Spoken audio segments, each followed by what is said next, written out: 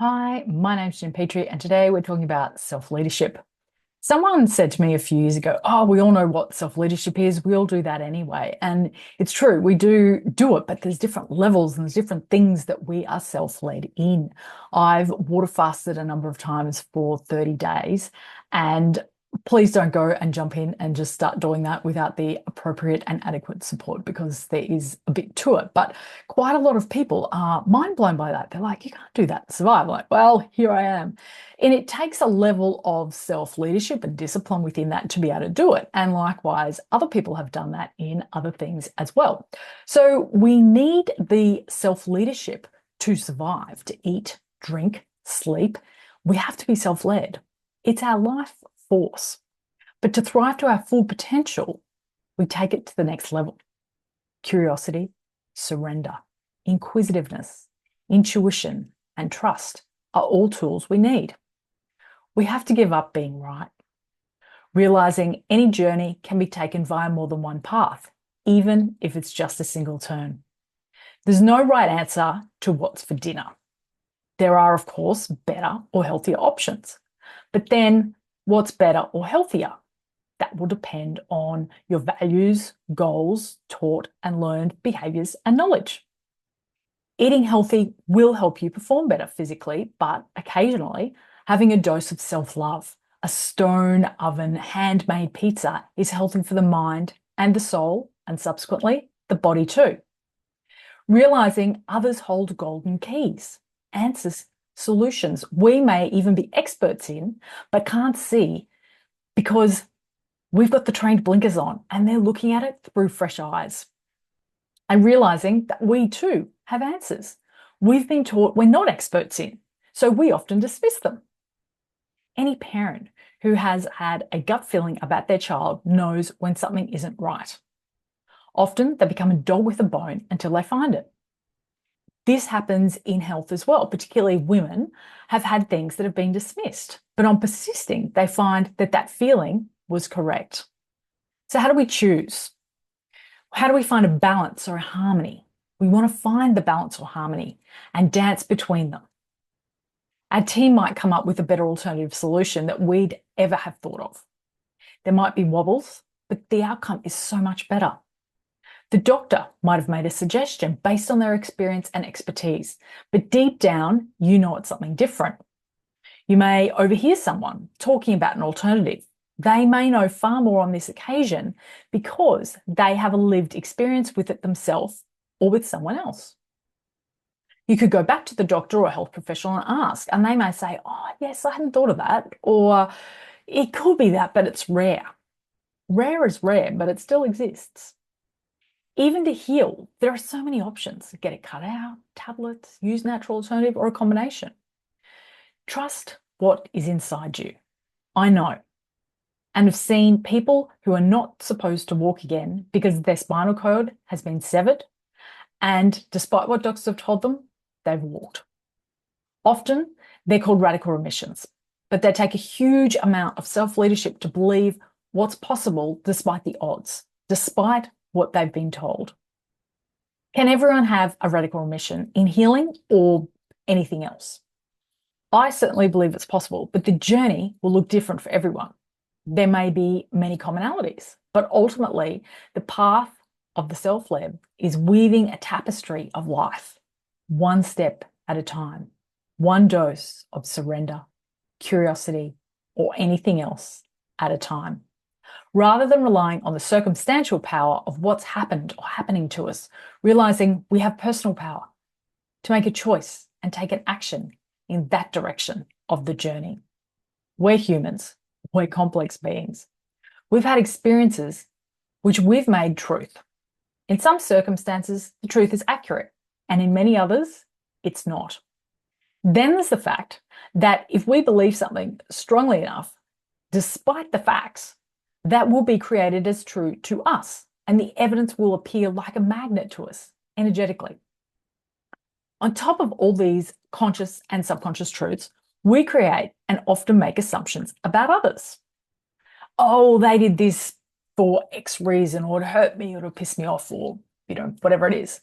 But this just creates misunderstandings. Many of us expect people to read our minds and do what we would want and expect. Except, firstly, they can't consciously stop to read your mind. They don't know what you want or expect. They assume it's what they want or expect. Just as you're expecting others to read your mind, they're expecting you to read theirs. How often do you read their mind? Or do you do what you believe is the best thing? Rather than a bunch of mind readers checking in on how to make everyone else feel their best, we're walking around or moving around like a bunch of random dodging cars, occasionally getting it right, but generally focused only on our own mind and lane and bumping into others. Often, this is one of the wisdoms that gets realized with aging. So if we're all walking around as mostly isolated dodgem cars with other people impacting us, how do we stop them and take back control? Think about it. Everyone, well, mostly everyone, is in their own head, not even contemplating others, yet expecting others to conform for them. But they have zero contemplation for others or how or why to conform for them. It's kind of ridiculous when you think about it, right? So how do we stop all these people and circumstances doing things we don't like? We expand our personal power. You already have some, remember? Eat, drink at least some water, sleep, poop, or you wouldn't be here. You're even listening to this and have gotten this far through, so have some inkling and have taken some action to get curious and trust it. So how do you reclaim it? You have to start by putting down the sword. Stop fighting against everyone and assuming they're fighting you. They're not. Most of them aren't even thinking about you. It's all about them. And before you go off to set them straight about that, realize that you too have only been thinking from your own head. It's not all bad or wrong. It's just where you live. And usually everyone else isn't there. Give up the judgment. Yes, this relates to the previous point. We're all doing the best that we can with what we've got. When we know better, we can do better. This includes you. When you notice or realize that you have judged yourself or others, stop. Notice.